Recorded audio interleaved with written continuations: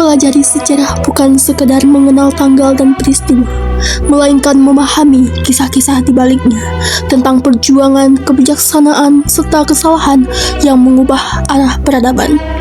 Pendalaman sejarah mengajak kita untuk melihat masa lalu dengan lebih kritis, menyelami pengalaman manusia yang penuh dengan makna dan pembelajaran. Setiap peristiwa sejarah menyimpan pelajaran berharga yang membentuk identitas kita saat ini, mengajarkan kita tentang keberanian, kesetiaan, dan pentingnya menghargai keragaman budaya. Dengan menyelami sejarah, kita dapat melihat cerminan masa kini dan merumuskan masa depan yang lebih baik. Cas merah, jangan sesekali melupakan sejarah. Assalamualaikum warahmatullahi wabarakatuh. Museum di hatiku. Halo sobat cerdas semua, cerita Nabila. Kali ini aku sedang ada di Museum Aditya Warman. Museum Aditya Warman diresmikan pada tahun 1977 oleh salah satu Menteri Kebudayaan Indonesia.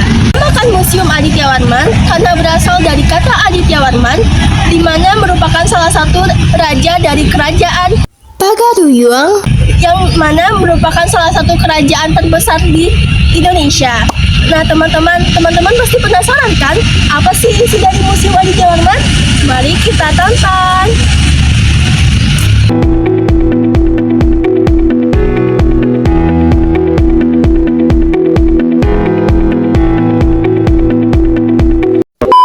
Teman-teman, di depan Museum Aditya Warman terdapat patung berwarna putih dan juga hitam ini. Patung tersebut melambangkan sebuah kejadian pada tanggal 9 Maret 1950. Apa sih kejadiannya? Kejadiannya tersebut adalah di mana Kota Padang yang sebelumnya merupakan bagian dari Republik Indonesia Serikat telah bergabung ke dalam Republik Indonesia. Nah, di sana juga telah terpajang dari kepanjangan Padang itu sendiri. Museum Aditya Warman terletak di Kota Padang, Sumatera Barat, Indonesia. Tepatnya di Jalan Diponegoro nomor 10, Kecamatan Padang Barat. Museum ini sering disebut sebagai Taman Mininya Sumatera Barat karena memamerkan koleksi budaya dan sejarah Minangkabau serta daerah lain di Sumatera Barat. Teman-teman semua, inilah Museum Aditya Warman. Di mana di depan Museum Aditya Warman terdapat dua lumbung padi, yaitu di sisi kanan dan juga di sisi kiri. Apa sih fungsi dari lumbung padi itu? Lumbung padi merupakan salah satu tempat di mana rakyat Sumatera Barat menyimpan hasil padi atau hasil panen padi. Nah teman-teman, ayo kita masuk.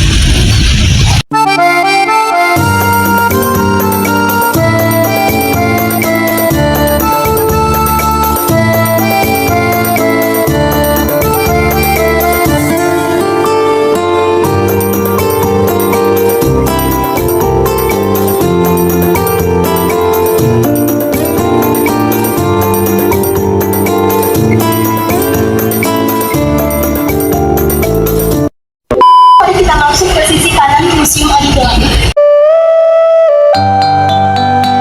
Di sini ada papan informasi berupa pengertian suatu ilmu atau suatu gambar.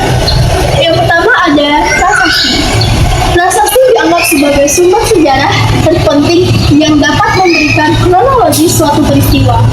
Prasasti ditulis pada bahan yang tahan lama, seperti logam dan batu.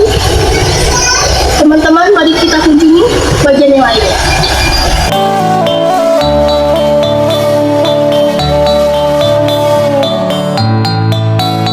Selain informasi tentang prasasti, di sini juga ada informasi tentang kebudayaan, di mana perkembangan daerah Sumatera Barat terlihat dari pengaruh kuat dari agama dan peradaban Hindu, Buddha, dan Islam.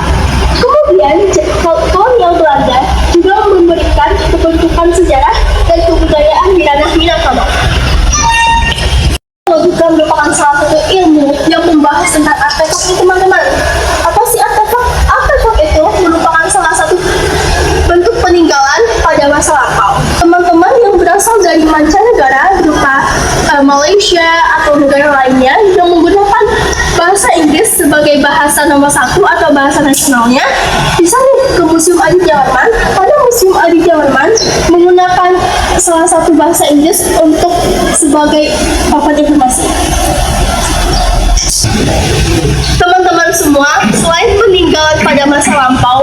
Di sini juga ada salah satu contoh tradisi atau adat istiadat yang ada di Minangkabau berupa bentuk dari pesta pernikahan.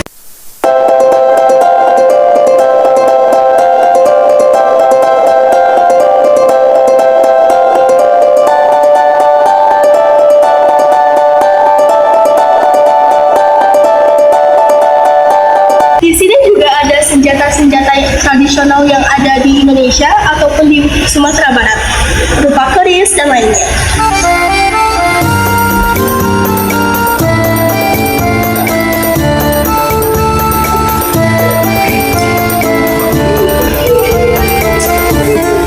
Teman-teman, di sini juga ada bentuk dari film di mana ada Husnul Al-Fahmi,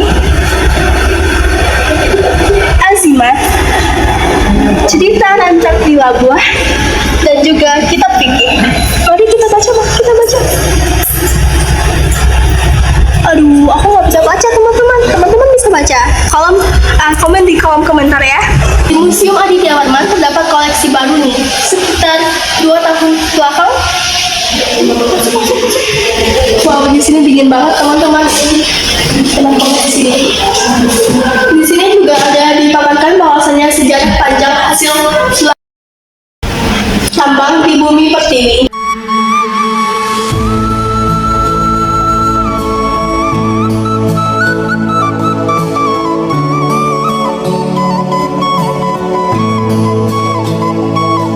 Berikut contoh-contoh perhiasan yang ada di Sumatera Barat atau di Minangkabau yang biasa dipakai oleh bunda panjang. Bagus sekali, teman-teman. Karena salah satu hasil tambang dari Sumatera Barat berupa emas, maka kebanyakan bunda kandung memakai emas.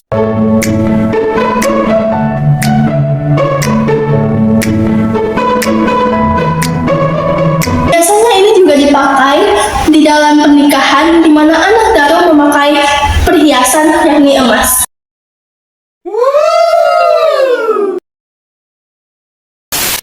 Teman-teman semua, ini kondisi dari luar atau bagian luar dari Museum Aditya Warman, di mana terdapat beberapa prasasti. Mari kita bahas.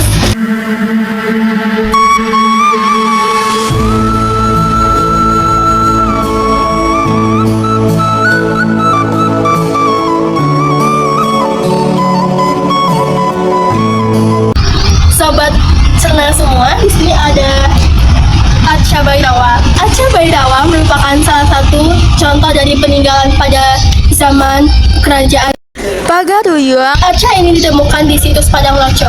Mungkin ini replikanya saja, tapi ini telah melambangkan arca sebenarnya. Di sini juga ada tergambar tengkorak-tengkorak. Tengkorak-tengkorak ini melambangkan bahwasannya raja-raja pada kerajaan Pagaruyung menganggap bahwasannya kematian merupakan salah satu langkah menuju pencerahan. Kami di sini ada salah satu pengunjung dari Museum Aditya Warman dengan kakak siapa? Anggun. Iya. Nah, Pak, selama di Museum Aditya Warman, apa sih kesannya Pak terhadap museum? Boleh dihubungi. Oke, terima kasih. Sebelumnya ini kali pertama saya datang ke sini, kebetulan juga sama teman-teman kelas karena ada kuliah. Jadi untuk pesan-pesannya sendiri di sini, pertama kali masuk di sana tadi ada banyak hiasan kepala, hiasan orang Minangkabau, baju adat. Jadi perasaan kayak wah, jadi kayak impresif banget gitu. Sementara di zaman modern ini kan kita udah jarang ya yang kayak gitu. Jadi dengan saya datang ke museum ini saya bisa lihat gitu loh.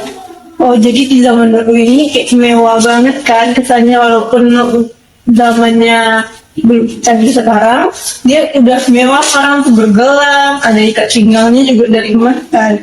Terus ada suntiang, mahkota apa segala macem. Itu kayak wah aja gitu perasaannya. Makasih ya, gimana sih pesan kakak untuk museum ke depannya? Untuk museum ini sendiri kita bisa lihat ya, di museum ini nih kayak sepi banget. Untuk mungkin museum ini bisa lebih mempromosikan dirinya kepada kaula muda agar lebih sering dikunjungi, lebih ramai, juga untuk generasi kita itu agar lebih mengetahui gitu loh budaya-budaya kita. Di sini juga kita bisa lihat senjata-senjata ya di seluruh Indonesia. Jadi untuk teman-teman semuanya silakan kunjungi Museum Aditya Warman ya. Itu juga di depannya ada taman buat kita baca-baca, lari juga. Terima kasih ya. Oke teman-teman semua, bagaimana perjalanan aku di Museum Aditya Warman tadi? Bagus tidak? Komen di bawah. Nah teman-teman, mungkin itu saja yang bisa kami sampaikan atau saya sampaikan di dalam video itu. Bagi teman-teman yang penasaran akan Museum Aditya Warman, bisa banget ke museumnya sendiri yang ada di... Oke teman-teman, sekian dari saya. Mohon maaf bila ada kesalahan. Terima kasih atas segala perhatian. Sampai jumpa teman-teman.